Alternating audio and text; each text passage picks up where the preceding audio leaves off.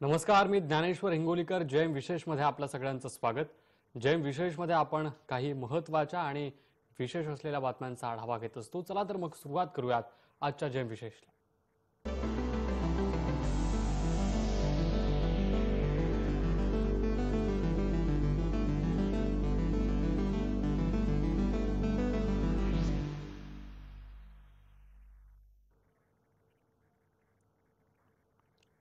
कझाकिस्तानमध्ये LPG गॅसच्या किमतींमध्ये दुप्पट वाढ करण्याचा निर्णय झाला आणि त्यामुळे वातावरणात अशांतता पसरली. सुरक्षा दलाचे 12 सदस्य ठार केले गेले तर 353 सदस्य जखमी झाले. वाढत्या इंधनाच्या किमतींमुळे जनता वैतागली आणि त्यांनी अलमाटी या मोठ्या शहरात पोलीस ठाण्यांवर हल्ला केला. त्यामुळे पोलिसांना गोळीबार करावा लागल्याचं पोलिसांनी सांगितलं. कझाकिस्तानमधील वाढत्या अशांतता कमी करण्यासाठी मॉस्कोच्या नेतृत्वाखालील लष्करी युतीनं गुरुवारी सैन्य पाठवलं. कझाकिस्तानमध्ये लोकांनी हा संपूर्ण प्रकार घडवून आणला तो इंधन दरवाढीमुळे. मध्य आशियातील माजी सोव्हिएत प्रजासत्ताकांपैकी सर्वात स्थिर म्हणून पाहिलं जाणारं ऊर्जा समृद्ध कझाकिस्तानला इंधनाच्या वाढत्या किमतींबद्दल अनेक दिवसांच्या निषेधानंतर अनेक दशकांतील सगळ्यात मोठ्या संकटाचा सामना करावा लागतोय. गेल्या काही महिन्यांपासून इथं इंधनाचा भडका उडाला आणि परिणामी याची सगळी झळ ही सर्वसामान्य नागरिकांना बसल्याचं चित्र पाहायला मिळालेलं आहे.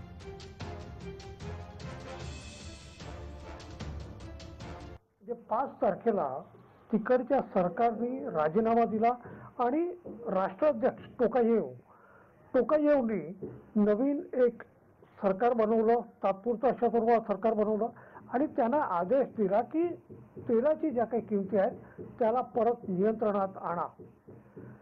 पण त्यात काही आंदोलन संपलेलं नाही. आजही आंदोलन मोठ्या प्रमाणानं सुरू आहे आणि हिंसाचार मोठ्या प्रमाणानं होत असताना आपल्याला दिसतोय. आंदोलनकर्त्यांनी वेगवेगळे सरकारी इमारतीवर कब्जा मिळवला आहे आणि त्यामुळे सरकारला 2 आठवड्याची आणीबाणी देशाला लादण्याची फरज पडलेली आहे.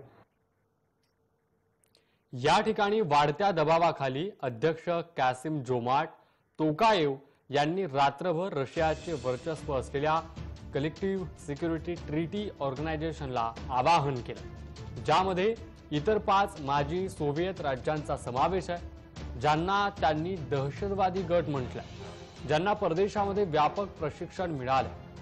कझाक राष्ट्राध्यक्षांच्या विनंतीनुसार रशिया या ठिकाणी सैन्य पाठवत आहे. रशिया, बेलारूस, ताजिकिस्तान, किर्गिस्तान आणि आर्मेनियासह सामूहिक सुरक्षा संधी संघटनेचे सदस्य असलेल्या देशाला स्थिर करण्यात मदत करण्यासाठी ते तैनात केले जातील असं म्हटलं जात आहे.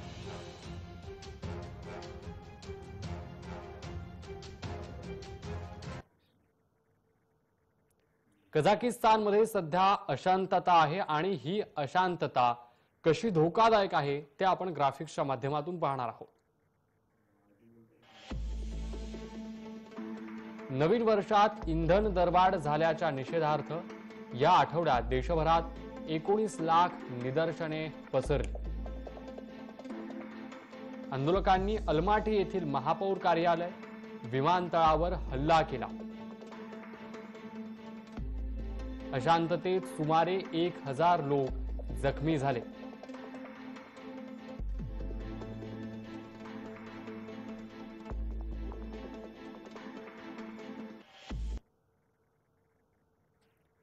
कोरोनामुळे जगावर संकट कोसळलं आणि याच संकटाला 2 हात करत अनेकांनी या संकटाचं संधीत रूपांतर केलं. कोल्हापूरच्या अभिजित भोसले यांची ही कहाणी अशीच आहे. बेरोजगार अभिजितनं तब्बल 1.5 कोटी रुपयांची उलाढाल केली आणि अभिजित हा सर्वांसमोर आदर्श निर्माण ठरला. कोल्हापूरच्या अभिजित भोसले यांच्या आयुष्यामध्ये अंधार निर्माण झाला. बीएससीचं शिक्षण घेतलेल्या अभिजित यांनी सुरुवातीच्या काळात फार्मा कंपनीमध्ये काम केलं, मात्र काही अडचणींमुळे त्यांना नोकरी सोडावी लागली. कोरोनामुळे सगळं थांबलं असताना वैद्यकीय क्षेत्र सुरू होतं. फार्मा कंपनीचा अनुभव पाठीशी होता आणि त्यामुळे स्वतः व्यवसायात उतरण्याचं अभिजित यांनी पाऊल उचललं. उधार पैसे घेत मुहूर्तमेढ रोवली आणि अभिजितनं औषध होलसेल विक्रीच्या उभारलेल्या व्यवसायामध्ये पदार्पण केलं आणि 1.5 कोटी रुपयांपर्यंतचा प्रवास केला.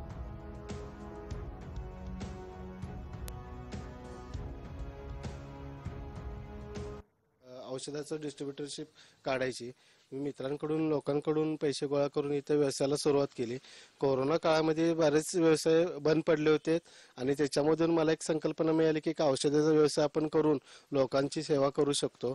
आणि या संकल्पनेतून मी दुकान उभं केलं आणि त्याला चांगलं यश मिळालं. त्याच्यानंतर आपण टर्नओव्हर पण वाढायला लागला आणि चांगली साथ पण मिळाली. अभिजित यांनी ज्यावेळी ही संकल्पना घरात मांडली तेव्हा लोकांनी ती थोडी जड असल्याचं सांगितलं. घरी व्यवसायाचा कोणताही अनुभव नाही. अभिजितच्या पगारावर कुटुंबियांची जेमतेम सुरू असलेली वाटचाल आणि त्यामुळे व्यवसायापेक्षा नोकरी बरी असं घरातल्या लोकांनी सांगितलं. पण मनगटात बळ असलेल्या अभिजितला स्वतःच्या हिमतीवर मोठा विश्वास होता आणि त्यामुळे त्याने व्यवसायाला अखेर सुरुवात केली. आज त्याची पत्नीही त्याला या व्यवसायामध्ये मदत करते. इथेच त्याच्या कष्टाचं चीज झालंय. संकल्पना चालू केली तेव्हा वाटलं म्हणजे अवघडच आहे असं वाटलं होतं, पण आता हे बघून खूप बरं वाटतंय. चांगलं झालं आहे. घर सांभाळण्याबरोबर सगळं हे दुकान पण सांभाळतात, ते करतात सगळं. आमच्याकडे पण व्यवस्थित लक्ष देऊन दुकान व्यवस्थित सांभाळतात. पोरांना पण वेळ देतात. हे चांगलं चालू आहे. हे बरं वाटतं आहे. अनुजा अभिजित भोसले. कोरोनाच्या काळात मिळालेल्या या संधीचं रूपांतर अभिजितनं सोन्यात केलं. मात्र संवेदनशील आणि समाजभान असलेल्या अभिजितनं रुग्णसेवाही केली. कोरोना काळात उपलब्ध न होणारी काही औषधं स्वतःची क्षमता वापरून बाहेरच्या राज्यातून अनेकांना उपलब्ध करून दिली. कोविड सेंटरला औषधं पुरवली. गरीब आणि गरजू रुग्णांना प्रसंगी मोफत औषधं वाटप केली. त्यामुळे अभिजितचं होलसेल दुकान असलं तरी त्याच्या दुकानात आजही अनेक गरजू लोक औषधं खरेदी करण्यासाठी येतात. त्यांना माफक दरात ही औषधं उपलब्ध करून दिली जातात.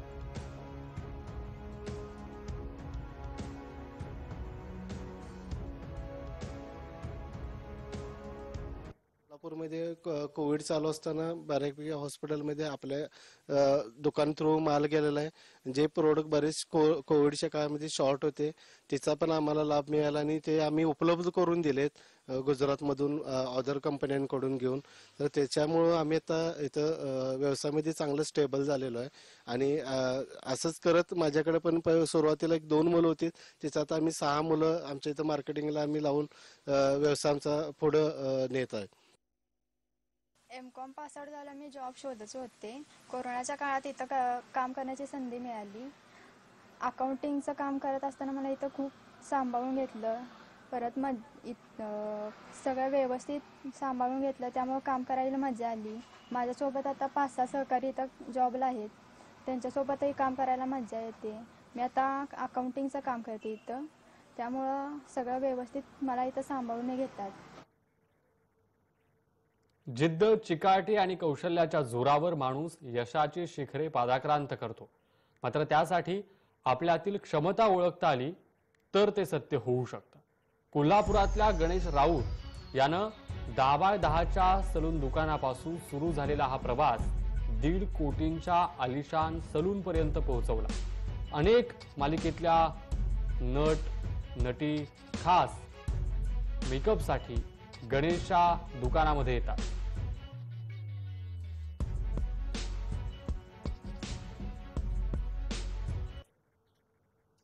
कोणतंही काम छोटं किंवा मोठं नसतं. फक्त ते समजून घेऊन त्यात योग्य योगदान देणं गरजेचं असतं आणि त्यातूनच आर्थिक नफा त्यासोबतच नावही कमवता येऊ शकतं. हे गणेश राऊतनं दाखवून दिलंय. हातात कात्री, कंगवा आणि इतरांच्या चेहऱ्याला फेशियल करत पारंपरिक घरगुती व्यवसाय सांभाळणारा गणेश आपसुकच या व्यवसायामध्ये स्थिरावला. 12 बलुतेदारांपैकी एक म्हणून परंपरेनं आलेल्या व्यवसायात गणेशनं जीव ओतून काम केलं. चेहऱ्याची ठेवण पाहून हेअर कट, आत्ताच्या काळातील हटके लूक. त्यानं या केश कर्तनालयामध्ये नवे प्रयोग राबवण्यासाठी म्हणून सुरू केले. महिलांसाठी ब्युटी पार्लर सुरू केलं.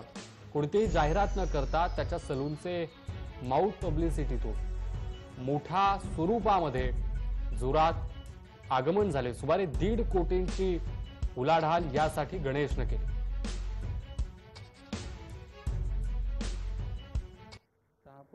पूर्वजात व्यवसाय आहे, पंजोबा आजोबा पासून आहे. ह्यात मला आवड होती. छोटंसं माझ्या वडिलांचं सलून होतं. असं वाटलं की जरासं ह्यात मोठं सलून करावं असं इच्छा होती. ती आज झाली पूर्ण आणि या कोल्हापूरकरांनी चांगला उत्स्फूर्त प्रतिसाद दिला. या बातमीसोबतच बुलेटिनमध्ये एक छोटासा ब्रेक. लगेचच परत येतोय. पहा फक्त जय विशेष.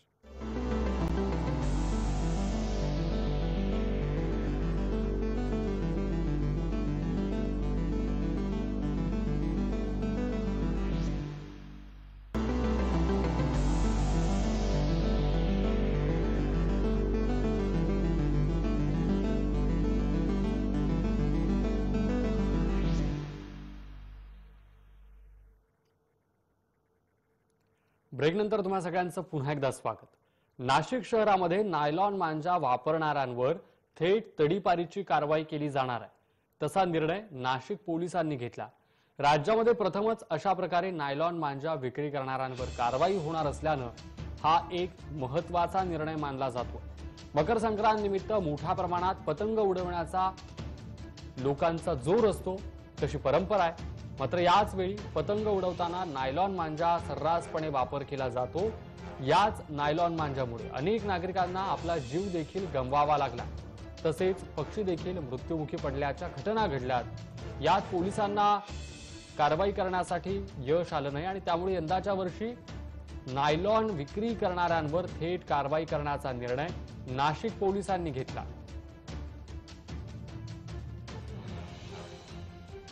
मागच्या वर्षी खूप सारे पक्षी मेले होते किंवा काही जखमी झाले होते. ते एकदा जखमी झाले तर सगळेच पक्षी रिपेअर होत नाहीत. तर याच्या पुढे जे अंमलबजावणी आहे ती जर व्यवस्थित पद्धतीने जरा झाली तर खूप चांगलं होईल. आणि मागच्या वर्षी तसंच एक महिला सुद्धा दगावली होती. म्हणजे फक्त पक्ष्यांपुरतीच मर्यादित हा नायलॉन मांजा नाही आहे, तर हा माणसांसाठी पण घातक आहे. आणि दुसरी गोष्ट ते वर्षानुवर्ष टिकून राहतो, तो खरा पूर्णपणे नाहीसा होत नाही. तेव्हा येत्या संक्रांत सणाच्या पार्श्वभूमीवर नाशिक पोलिसांनी 4 जानेवारी ते 30 जानेवारी या कालावधीत नायलॉन मांजाची विक्री, पुरवठा, साठवणूक आणि वापर यासाठी बंदी घालण्याचे आदेश दिले. त्यातच जर या नियमांचं कोणी उल्लंघन केलं तर संबंधितांना थेट 1 महिना ते 1 वर्षांपर्यंत शिक्षा होऊ शकते. या मांजाचा कोणी वापर केला आणि त्यामुळे कोणाच्या जीविताला हानी झाली तर त्या दोषींवर थेट तडीपारीची कारवाई केली जाईल, असं पोलिसांनी स्पष्ट केलं.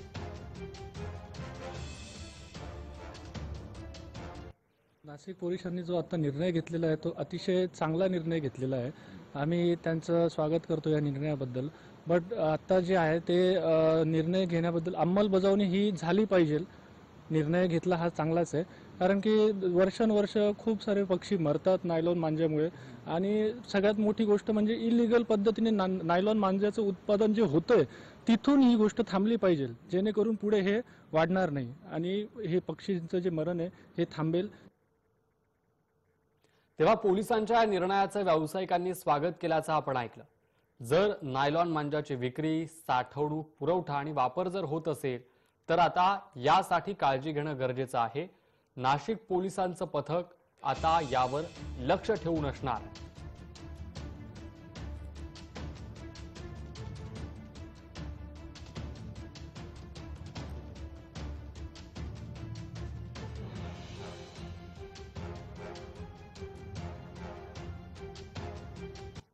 खरेदी करण्यासाठी वेगवेगळ्या बाजारामध्ये नाशिकच्या मुख्यतः मुलं गर्दी करत आहेत आणि ईगल पतंगाला खरं तर मुलं जास्त मागणी आहे, मुलांची जास्त मागणी आहे. एक अशा पद्धतीची माहिती आपल्याला इथे आल्यावर मिळतोय. नेमकं कुठले कुठले पतंग खरं तर यावर्षी दाखल झालेले आहेत बाजारात त्या संदर्भात आपण माहिती घेऊया. माझ्यासोबत इथले मालक आहेत. कुठले पतंगाला खरं तर जास्त मागणी आहे? रामपुरी पतंगी कागदी याला जास्त मागणी आहे वर्षी.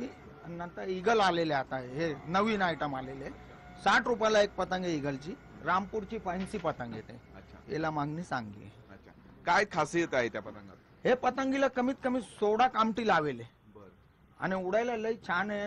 फॅन्सी पतंग आहे हे वर्षी नवीन आयटम आलेले. अच्छा, बरं, नागरिकांचं कसं प्रतिसाद आहे मुलांचं वगैरे? लॉकडाऊन मुळे जास्त लोक कमी भावाची पतंग मागत आहे. 4, 5, 6 रुपये वाली. मागी पतंगला हात लावत नाही. सस्ती पतंगीला जास्त उठा. 4, 5, 10 रुपये वाली. आणि दोरी कुठलं खरेदी? ओनली फक्त कॉटन, सुरती आणि पांडा. सुरती आपल्या सुरतचा आहे, पांडा यूपीचा आहे. हे 2 दोऱ्याची विक्री चालू आहे. अजूनही नायलॉन मांजाची विक्री होतोय. नाशिक पोलिसांनी सुद्धा एक आक्रमक भूमिका घेतलेली आहे. आपण काय म्हणजे व्यापाऱ्यांना आव्हान करा? सर, दुकानदार कोणताही व्यापारी विकू शकत नाही आणि विकू बी नको. लहान पोरे लेडीजला दिक्कत होत त्याच्यानी. किरण गोटूर, जय महाराष्ट्र न्यूज, नाशिक.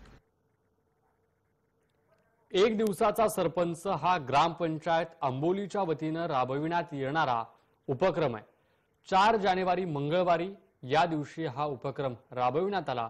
जनतेमध्ये आणि ग्रामपंचायतीमध्ये सुसंवाद निर्माण होण्यासाठी आंबोली ग्रामपंचायतीच्या वतीनं नियमांचं पालन करत अनोखा निर्णय राबवला गेला. या उपक्रमाची अंमलबजावणी देखील केली गेली. या उपक्रमासाठी युवक विद्यार्थिनींची पसंती लाभली.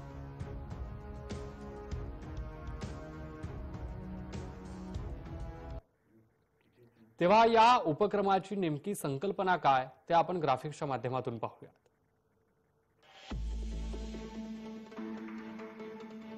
एका दिवसाच्या सरपंच उपसरपंच यांना कोणतेही अधिकृत अधिकार नसतात. युवकांना युवतींना ग्रामपंचायतीचा कारभार समजावा हा या उपक्रमाचा उद्देश असतो. ग्रामपंचायत अधिनियम 1958च्या अधीन राहून या उपक्रमाचं आयोजन केलं गेलं. वयवर्ष 18 ते 25 वयोगटातील तरुण तरुणी या उपक्रमामध्ये भाग घेऊ शकतात.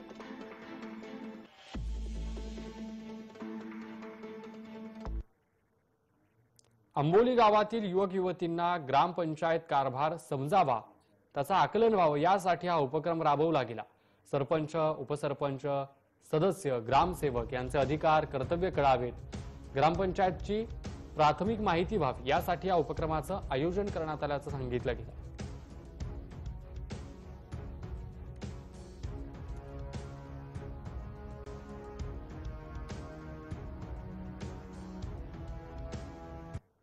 या उपक्रमामध्ये माझी आज एक दिवसाचा सरपंच म्हणून निवड झाली आणि या उपक्रमामध्ये मला म्हणजे खूप काही शिकायला मिळालं, एका दिवसात का असेना. आणि आम्ही म्हणजे पूर्ण गाव फिरून सगळ्या म्हणजे गावातल्या समस्या आहेत त्या सगळ्या जाणून घेतल्या आणि आम्ही त्यांचं लवकरच निराकरण करू. गावातील युवकांच्या नवीन संकल्पना गावाच्या उपयोगी याव्यात, त्यांचं शिक्षण गावाच्या उपयोगी यावं आणि म्हणून हा उपक्रम मोलाचा असल्याचं उपसरपंच वैभव ठाकरेंनी सांगितलं. सावित्रीबाई फुले यांच्या जयंतीनिमित्त एक चांगला आदरांजली म्हणून आज तो राबवत आहोत 4 जानेवारी 2022ला. आणि मुख्य म्हणजे या 4ही एका दिवसाच्या सरपंचमध्ये 9 ज्या मुली आहेत त्या सदस्य सरपंच उपसरपंच ग्रामपंचायतच्या ज्या एका दिवसाच्या बनलेल्या संपूर्ण मुली बनलेल्या आहेत त्याबद्दल आणि त्यांना जास्तीत जास्त ग्रामपंचायत बद्दलची माहिती, सरपंचाचे अधिकार काय, उपसरपंचाचे अधिकार काय, ग्रामपंचायत कशी चालते, निधून कुठून येतो, काय येतो, अशाच पद्धतीचं पूर्ण म्हणजे एका दिवसात भरपूर काही शिकवण्याचा आम्ही प्रयत्न केलेला आहे.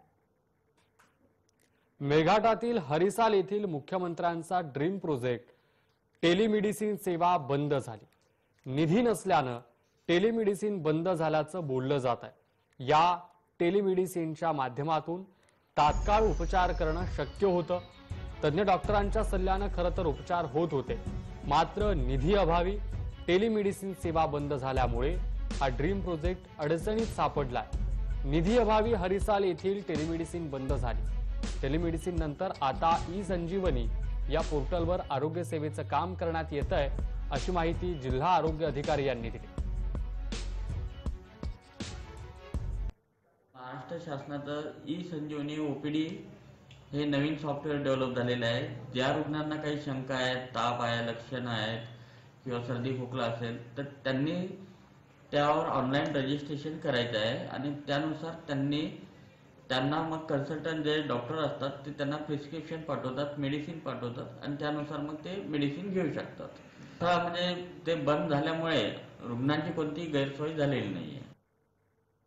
मेळघाट सारख्या अतिदुर्गम भागात टेलिमेडिसिन ही सेवा आदिवासींसाठी वरदान होती आणि त्यामुळे ही सेवा पूर्ववत सुरूच राहावी त्यासाठी म्हणून दोषींवर कारवाई व्हावी या उद्देशानं वंचित बहुजन आघाडीचे युवा प्रदेशाध्यक्ष निलेश विश्वकर्मा यांनी सेवा सुरू न झाल्यास आंदोलनाचा इशारा दिला. मेळघाट अतिदुर्गम भागात हा अत्यंत ग्रामीण दुर्गम भाग, या भागामध्ये डॉक्टर तात्काळ पोहोचणं कठीण आहे. अशावेळी टेलिमेडिसिनच्या वापरानं रुग्णांचे प्राण वाचवले जातात, रुग्णांना वेळेत सेवा मिळू शकते. तेव्हा ही जी सेवा आहे, हा जो प्रोजेक्ट आहे तो बंद होऊ नये अशी अपेक्षा व्यक्त केली जाते.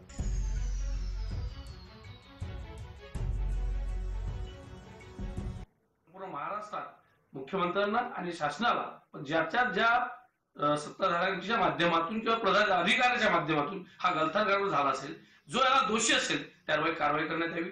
कारण ज्याचा थेट जनतेला फायदा आहे अशा गोष्टी शासन बंद पडू देऊ नये. ज्या अधिकाऱ्यामुळे थांबलं असेल त्याच्यावर कारवाई जाणं सर्वात प्रथम बाब आहे. येत्या काळात टेलिपॅथीची गरज आहे. आजच शासन निर्णय दिला, आज शाळा बंद झाले, महाविद्यालय बंद झाले, उद्या कोविडची दिशेला आपण आहोत. पण टेलिमेडिसिनच्या माध्यमातून जर एखाद्या कुटुंबाला, एखाद्या पेशंटला तात्काळ ती मदत मिळत असेल ती अत्यंत महत्वाची आहे. मेळघाट सारख्या आदिवासी बहुल भागात हा प्रकल्प मुख्यमंत्री उद्धव ठाकरे साहेब यांनी चालू केला आणि जे रुग्ण आहेत, जे अतिदुर्गम भागातले रुग्ण आहेत, ते दवाखान्यापर्यंतही पोहोचू शकत नाही. अशा रुग्णांसाठी जर मोठं ऑपरेशन आहे किंवा आणखी अन्य काही प्रॉब्लेम आहे, मोठ्या सर्जरी आहे, त्या सर्जरी करण्यासाठी टेलिमेडिसिनच्या माध्यमातून मुख्यमंत्र्यांनी वरिष्ठ डॉक्टरांना ग्रामीण भागासाठी जोडण्यात आलं होतं. हा प्रोजेक्ट प्रशासनाच्या दुर्लक्षामुळे सध्याच्या परिस्थितीत मेळघाटात बंद पडलेला आहे. मसाला किंग धनंजय दातार यांचे पुत्र ऋषिकेश दातार यांचा विवाह सोहळा नुकताच पुण्यामध्ये पार पडला. या विवाह सोहळ्याला राजकीय आणि उद्योग क्षेत्रासह अनेक क्षेत्रातले मान्यवर उपस्थित होते. कोरोना काळात सगळ्या नियमांचं पालन करून अत्यंत थाटामाटात हा विवाह सोहळा संपन्न झाला. पाहुयात या विवाहासंदर्भातला एक विशेष रिपोर्ट. पुणे येथे दुबईतील सुप्रसिद्ध अल अदिल समूहाचे मसाला किंग डॉक्टर धनंजय दातार आणि त्यांची पत्नी सौभाग्यवती वंदना दातार यांचे ज्येष्ठ चिरंजीव ऋषिकेश आणि पुण्यातील प्रसिद्ध व्यावसायिक श्रीयुत समीर लडकत आणि सौभाग्यवती मानसी लडकत यांची कन्या आकांक्षा यांचा लग्न सोहळा श्रीयुत समीर लडकत यांच्या राहत्या निवासस्थानी पारंपरिक पद्धतीने सनई चौघड्याच्या सुरात मंगलाष्टक आणि मंत्रोपचारात मोठ्या थाटात पण मोजक्या नातेवाईक आणि मित्र परिवारांसोबत संपन्न झाला.